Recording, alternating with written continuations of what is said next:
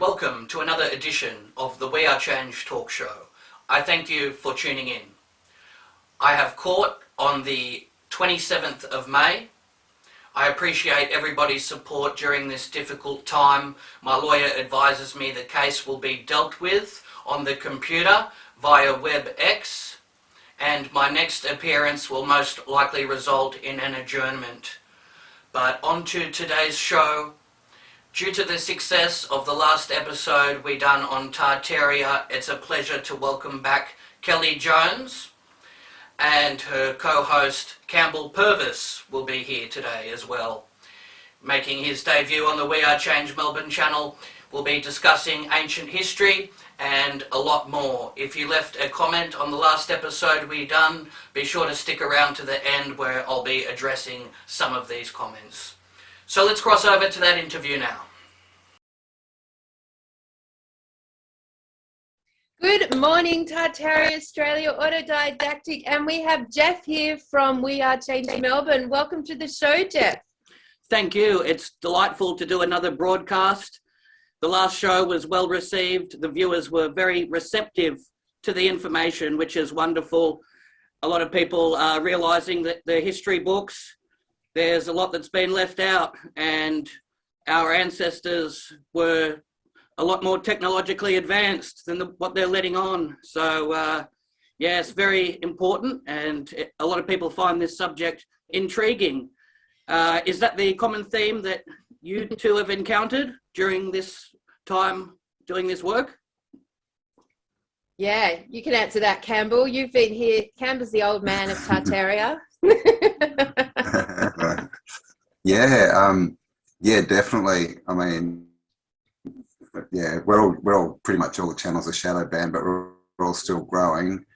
And we're just at the point now where it's starting to spread out into different niches. You know, it's been sort of a small kind of, you know, community that hasn't sort of gone that far, but now I'm doing interviews with people that are on totally different topics and stuff, and everywhere I talk, it's getting really well received. So everyone's really interested, because the thing is, we can just say, go and have a walk around your city, and people go around with different eyes and they'll just blow their mind and go, oh my God. So yeah, it's very well received. Yeah, it's really fun like that, because, you know, this is one topic of all the topics in the disclosure truth movement that is so tangible.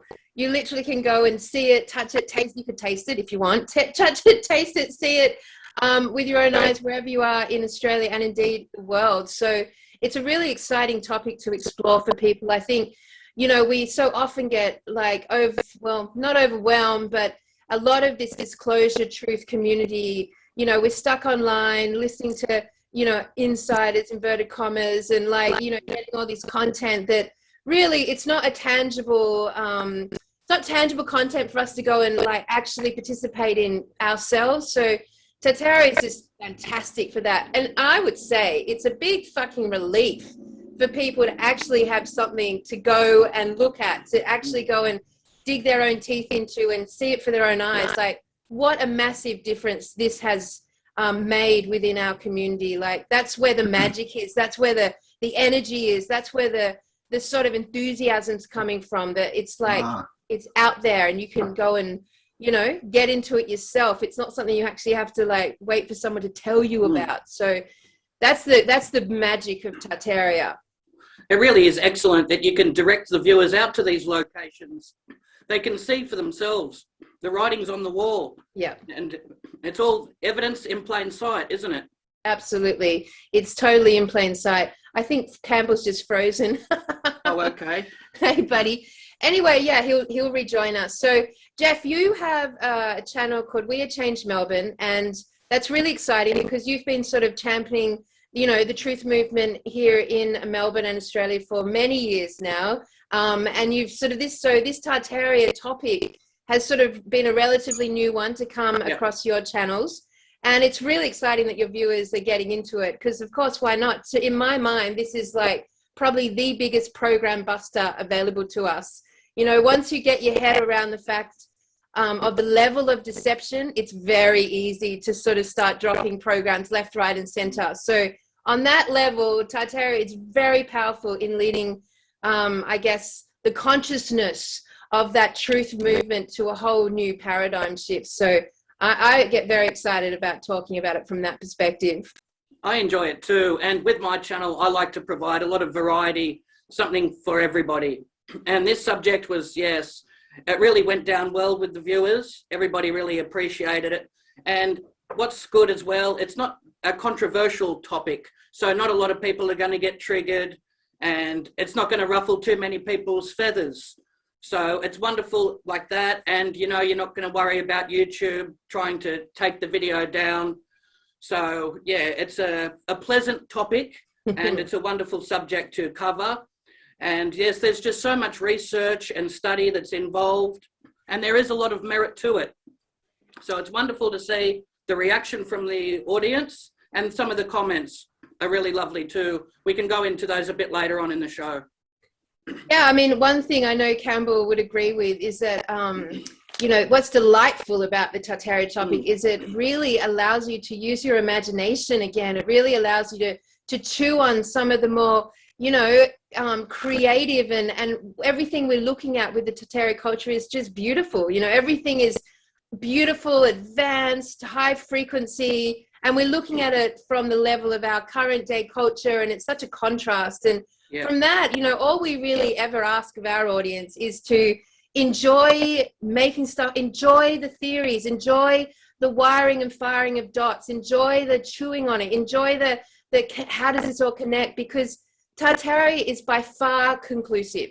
It's by far concluded. You know, there's just so, it's really up to us to explore using our beautiful God-given imaginations of how to wire and fire this information to continue to build a broader and broader and broader story around the topic. And, you know, Campbell and I love that side of this. It's just one of our favorite elements. Would you agree, Campbell?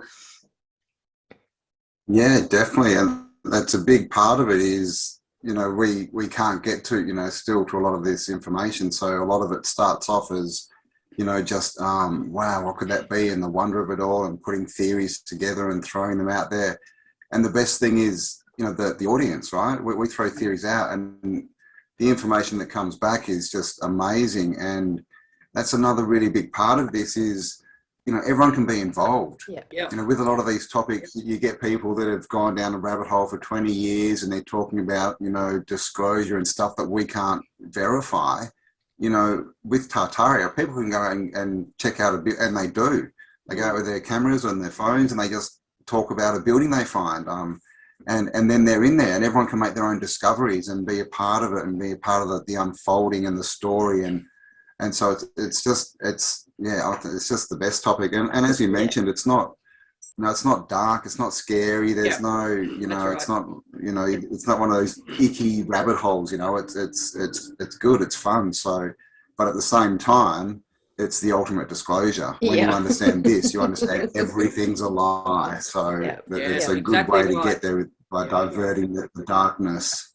And it's so much fun because, you know, when everyone discovers Tartaria for the first time and they go outside to look at it for the first time, you know, this is constantly, oh my God, how did I not see this before? Oh my God, how did I not see this before? Now it's all I can see. It's everywhere. I can't believe it. And like that, like magic is, it throws our audience back into innocence, you know, like back into the wonderment of it all, back into the, wow, you're telling me giants are real. You're telling me that castles are real. You're telling me that star forts, you know, you tell like the you know, all the creatures and the characters that make up this consciousness are freaking fantastic. So on that level, it really is a re-inspired, reimagined, energetic boost for those who are interested in disclosure and truth. So, you know, if you want to step back into the innocence and the awe and wonderment of this realm and all of what this realm can offer us, Tartaria is a freaking fantastic place to start.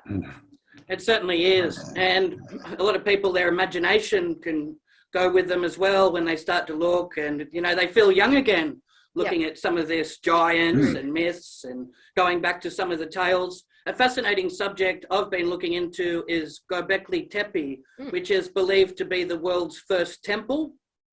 And the Turkish mayor claims that non-human beings could have created this and built this 12,000 plus 8,000-year-old Göbekli Tepe. And yes, it's really fascinating. They noted down some of the scriptures. It showed people wearing attire that wasn't with that timeline.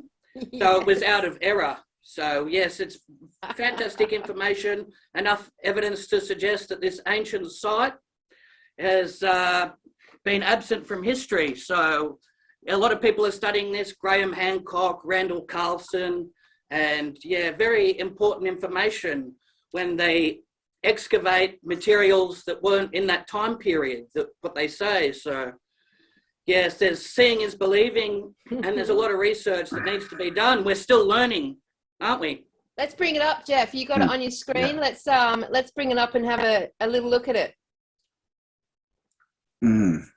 Okay. Yeah, so for anyone who doesn't know, Göbekli Tepe, I think they discovered it, what, 1998 by a farmer who just saw something randomly popping out of the ground, and then ended up excavating it. And the story they're giving us is that it was built and then it was purposely covered, filled in with dirt 11,000 years ago.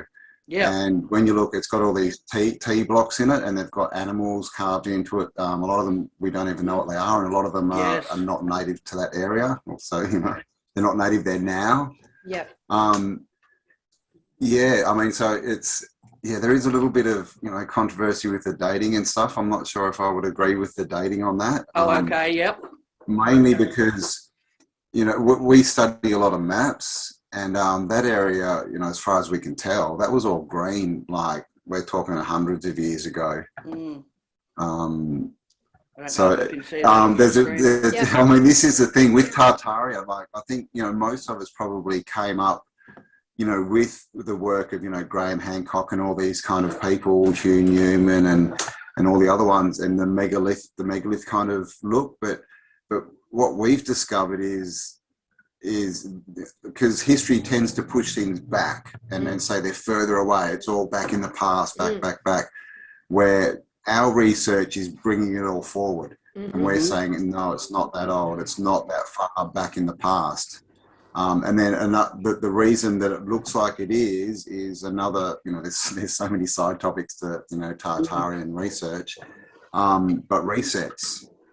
You know, we're not taught about resets anymore, and it used to be taught in schools and stuff, and they're having hundreds, catastrophism, all this kind of stuff, and resets explain why we have all this mix, and we have things that look, you know, tens of thousands of years old, and some, you know, that are just as buried, that look hundreds of years old, right? And it's because the time, it comes back to the timeline, right? The timeline and the story they've given us is just incorrect. So that's sort of the biggest part, is we're trying to reconstruct some kind of timeline. I definitely a big chunk of the theorizing around Tartaria is that they've hijacked history to give us a sense of time and space, and that, so to give us this like coherent sense of time and space. But I remember way back when I was at school, and we were, you know, jumping from the Egyptians and the Greeks and the Romans, and I just remember thinking, these are like chapters in a book that have nothing in between. Like, they've been cut in and edited, and it wasn't coherent as a timeline. And because my brain wires and fires on, I've got this, I put things in categories and line them up in certain ways. So my brain's always worked. History never made sense to me. And I've always remembered that. So obviously through my process with truth seeking, history was always a big part of my dilemma, if you like. So I know with our Tartaria work, they have used the deception to stretch out the timeline to give us a sense that of that sort of Darwin scale of evolution. You know, we started as amoebas to monkeys, to going through that chain, and there's this, you know, and they always lead us to the conclusion that what came before us was less evolved than what we are now. What was offered to us as history, you know, we came from essentially monkeys to cavemen to, you know, the Neanderthals, right up to like, hey, here we are, the most advanced civilization. But Tartaria has completely blown that theory out of the water, because now we're like, hang on a minute, look around us, look at the architecture, look at the technology, look what was available to the civilization even in the 1900s compared to today. And it's very clearly obvious, because that's the other thing, we just always is looking at what is obvious with our eyes. Yeah. That, we didn't come from this, less evolved civilization. In fact, one would say we are way less evolved than the civilization we are studying currently by Tartaria. So just mental note with looking at sort of, our architectural, archaeological digs and how they've been dated through history. And they do use them as props to send up this timeline to us. Yeah. Very well said. That's a